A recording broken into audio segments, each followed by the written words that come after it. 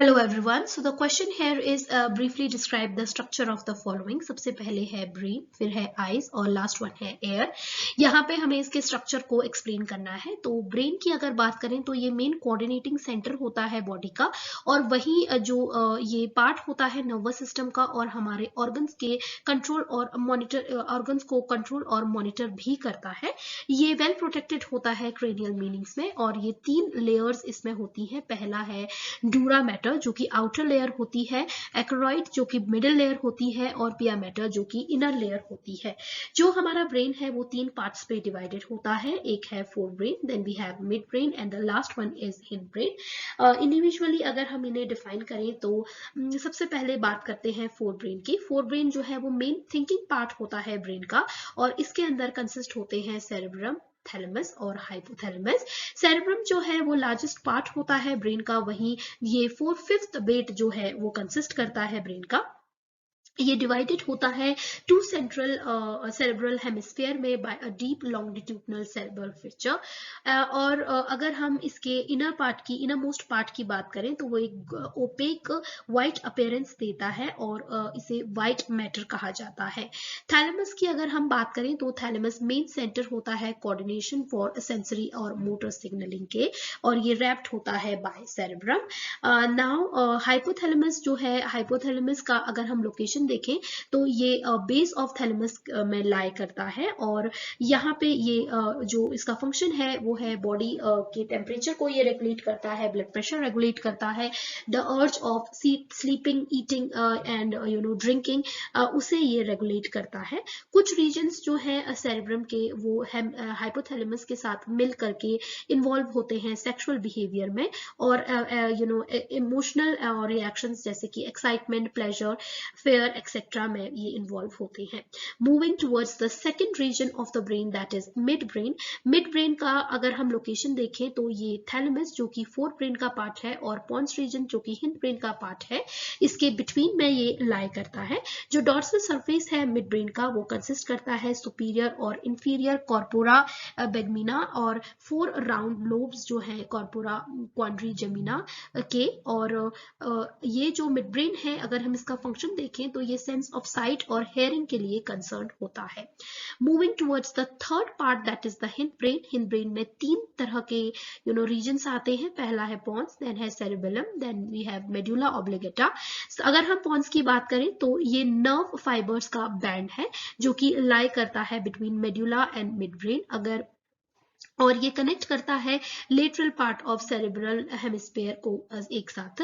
वहीं अगर सेरेबेलम की बात करें तो ये लार्ज होता है, वेल डेवलप्ड पार्ट होता है हिंड ब्रेन का और इसकी लोकेशन जो होती है वो होती है posterior side of cerebral hemisphere and above medulla और ये रिस्पॉन्सिबल होता है बॉडी के पोस्चर और इक्विलिब्रियम ऑफ द बॉडी को मेंटेन करने में. अगर तीसरा जो इसका रीजन है हिंड ब्रेन का वो देखा जाए जो कि है मेडुला, तो जो मेडुला है वो पोस्टीरियर होता है और सिंपलेस्ट पार्ट होता है ब्रेन का और ये लोकेटेड होता है सेरेब्रम के बीनीथ. और नेक्स्ट जो क्वेश्चन है वो है आईज. तो अगर हम आईज का स्ट्रक्चर देखें तो ये 3 लेयर्स में डिवाइडेड है. जो आउटर मोस्ट लेयर है वो है सिरा और कॉर्निया.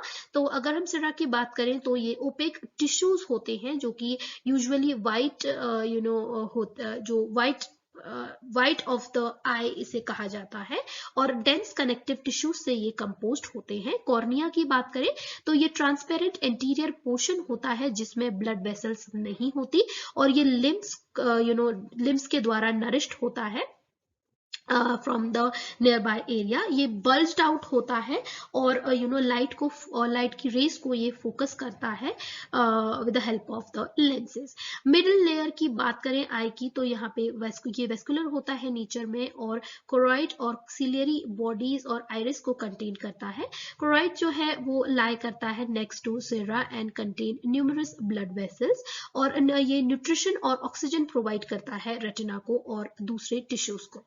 नेक्स्ट अगर हम बात करें सिलियरी बॉडीज की तो कोरॉइड लेयर जो है वो थिन होती है और पोस्टीरियर रीजन के ओवर होती है और ये अपनी थिकनेस जो है वो इंटीरियर पोर्शन की वजह से इसमें होती है to form a ciliary body.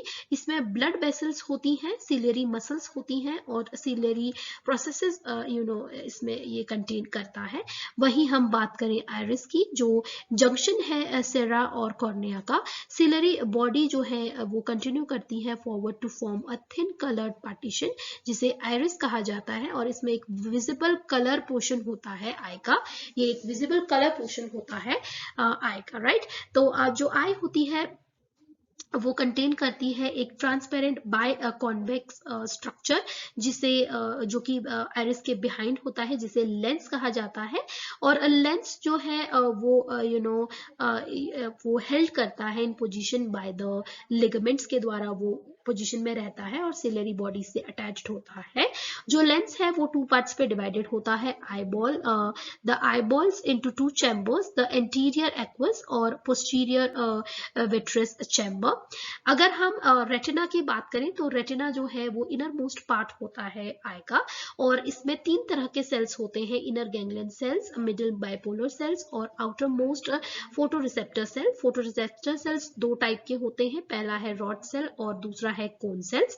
Rod sales में एक पिगमेंट प्रेजेंट होता है जो कि पर्पल पिगमेंट होता है जिसे रोडोप्सिन कहा जाता है और ये डिम लाइट के लिए सेंसिटिव होता है। वहीं कोन सेल्स में आइडोप्सिन प्रेजेंट होता है जो कि हाई इंटेंसिटी लाइट के लिए सेंसिटिव होता है। नाउ जो थर्ड क्वेश्चन है वो है एयर का। तो एयर जो है वो हेयरिंग और इक्विलिब्रियम यानी हमारी बॉडी को बैलेंस्ड रखने में हेल्प करती है। 3 तरह के इसमें पोर्शंस होते हैं, पहला है external ear, middle ear, then we have internal ear. अगर हम एक्सटर्नल एयर की बात करें तो इसमें पिन्ना आता है, एक्सटर्नल ऑडिटरी मीटस आता है और ट्रिम्पैनिक मेम्ब्रेन आता है। अगर इन्हें इंडिविजुअली हम डिफाइन करें तो पिन्ना जो है वो सेंसिटिव होता है स्ट्रक्चर और वो कलेक्ट करता है और डायरेक्ट करता है वाइब्रेशन को इनटू द एयर और साउंड प्रोड्यूस करता है। वहीं एक्सटर्नल ऑडिटरी मीटस जो है वो ट्यूब्यूलर पैसेज होता है जो कि कार्टिलेजेस के द्वारा सपोर्टेड होता है इन एक्सटर्नल एयर। और ट्रिम्पैनिक मेम्ब्रेन जो है वो थिन मेम्ब्रेन होता है जो कि लाई करता है ऑडिटरी कैनाल में और it separates the middle air from the external air. अब ये तो बात हो गई एक्सटर्नल एयर की। अब दूसरा रीजन जो है मिडिल एयर उसको देखते हैं। तो ये एयर फिल्ड ट्रिम्पैनिक कैविटी होती है जो कि कनेक्टेड होती है फेरिंग से थ्रू द ट्यूब। नाउ ऑस्टेचिया जो ट्यूब होता है वो हेल्प करता है एयर प्रेशर को इक्वलाइज करने में from both sides of the tympanic membrane. वहीं जो मिडिल एयर होता है इसमें फ्लेक्सिबल चेन्स प्रेजेंट होती हैं मिडिल बोन्स में जो कि एयर ऑसिकल्स इसे कहा जाता है। और एयर ऑसिकल्स जो होती है ना वो 3 तरह की होती हैं जो कि होती है malleus, then we have incus और वी हैव स्टेप्स जो कि अटैच्ड होती हैं एक दूसरे से, right. Now the third part is internal ear. जो इंटरनल एयर है इसे लेब्रिंथ भी कहा जाता है और ये डिवाइडेड होता है divided into bony labyrinth. Then we have a the membranous one. तो जो bony part होता है वो filled होता है perilimb से, while जो membranous part होता है वो filled होता है endolimb से। जो membranous labyrinth होता है वो फिर से 2 parts पे divided होता है। पहला है vestibular apparatus और vestibular apparatus जो है वो central sac like part होता है जो कि further 2 parts पे divided है।